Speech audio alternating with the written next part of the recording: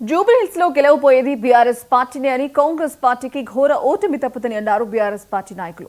ఎన్నికల ప్రచారంలో భాగంగా వెంగళరావు నగర్ లో బీఆర్ఎస్ నాయకులు ఇంటింటి ప్రచారం నిర్వహించారు. బీఆర్ఎస్ పార్టీకి అడుగడుగున ప్రజలు నీరాజన పడుతున్నారని, కాంగ్రెస్ ప్రజల్లో విశ్వాసం కోల్పోయిందని బీఆర్ఎస్ నాయకులు అన్నారు. ప్రచారంలో దూసుకుపోతున్న బీఆర్ఎస్ నాయకులతో మా ప్రతినిధి Teja face to face. Hastinapuram division general secretary Nagireddy కూడా మనతో ఉన్నారు, మాట్లాడదాం. చెప్పండి నాగిరెడ్డి గారు, ఏంటి బీఆర్ఎస్ పార్టీ పరిస్థితి ఇక్కడ జూబ్లీహిల్స్లో చూస్తే ఇక్కడ మీరు ప్రచారానికి వస్తున్నారు, ప్రచారానికి ఎలాంటి అనుభవం ఎదురవుతుంది మీకు ప్రచారంలో? ఇప్పుడు జూబ్లీహిల్స్ 197 నుంచి 202 వరకు బూత్ నెంబర్లో తిరుగుతున్నాం. మేము గత 20 రోజుల సంది తిరుగుతున్నాము.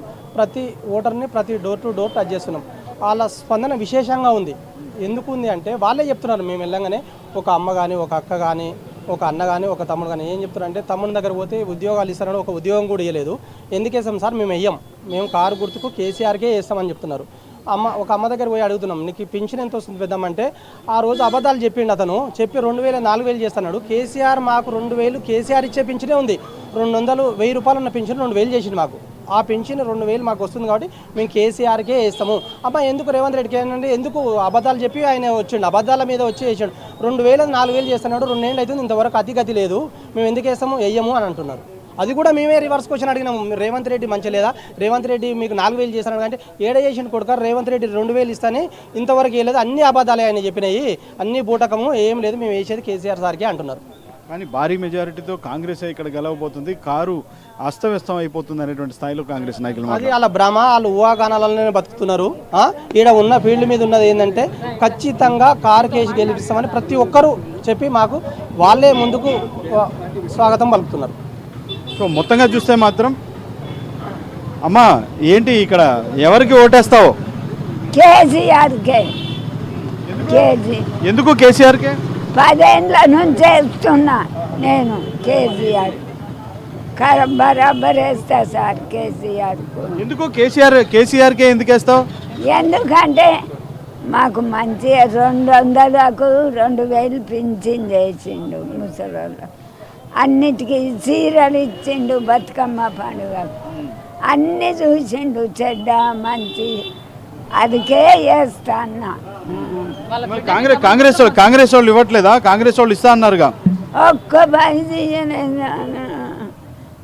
ఇవ్వలే. కాంగ్రెస్ వద్దు, రేవంత్ రెడ్డి వద్దు, కేసీఆర్ రావాలి, బరాబర్ వస్తాడు చూడు, నా మాట మీద వస్తాడు చూడండి మీరు. ఇక్కడ కేసీఆర్ గెలుస్తాడా?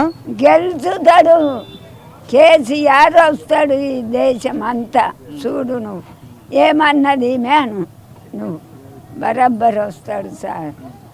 ఈ రేవంత్ రెడ్డి ఏం చేయాలి ఆడ అక్కడ సావని, ఒక పైసా ఇయ్యలే, ఏమి లేదమ్మా, 1100 ఇవాళ అయిపోయింది, గ్యాస్ అయిపోయింది, ఉపాసం వచ్చిన కరెంటు బిల్లే ఒక్క రూమ్ ఉన్న వాళ్ళకు ఫ్రీ, నీకేం లేదు, ఏం లేదమ్మా, అన్ని కడుతున్నా. గ్యాస్ అయిపోయింది, ఆకలి అవుతుంది, అడిగలేదు చూడమ్మా, పైసలు లేవు. ఇప్పుడు 1100. మనం చూస్తున్నాం కదా.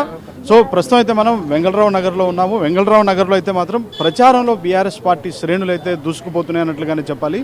ఎట్టి పరిస్థితుల్లో కాంగ్రెస్ పార్టీ అమలు సాధ్యం కానటువంటి హామీలను ఇచ్చి ప్రజలను మోసం చేసింది. ఖచ్చితంగా కాంగ్రెస్ పార్టీకి అయితే మాత్రం గట్టి స్థాయిలో ఇక్కడ ప్రజలు బుద్ధి చెప్పబోతున్నారు. జూబ్లీహిల్స్లో బీఆర్ఎస్ పార్టీ అభ్యర్థి మాగంటి సునీత గోపీనాథ్ గెలవబోతున్నారు అనేటువంటి ధీమాలు అయితే మాత్రం ఇక్కడ బీఆర్ఎస్ పార్టీ శ్రేణులు కూడా వ్యక్తం చేస్తున్నటువంటి పరిస్థితి. ఇది వెంగళరావులో నగర్లో ఉన్నటువంటి ప్రస్తుత పరిస్థితిగా మనం చెప్పొచ్చు. వీడియో జర్నలిస్ట్ అబ్దుల్తో తేజ, 99 టీవీ, వెంగళరావు నగర్ నుండి.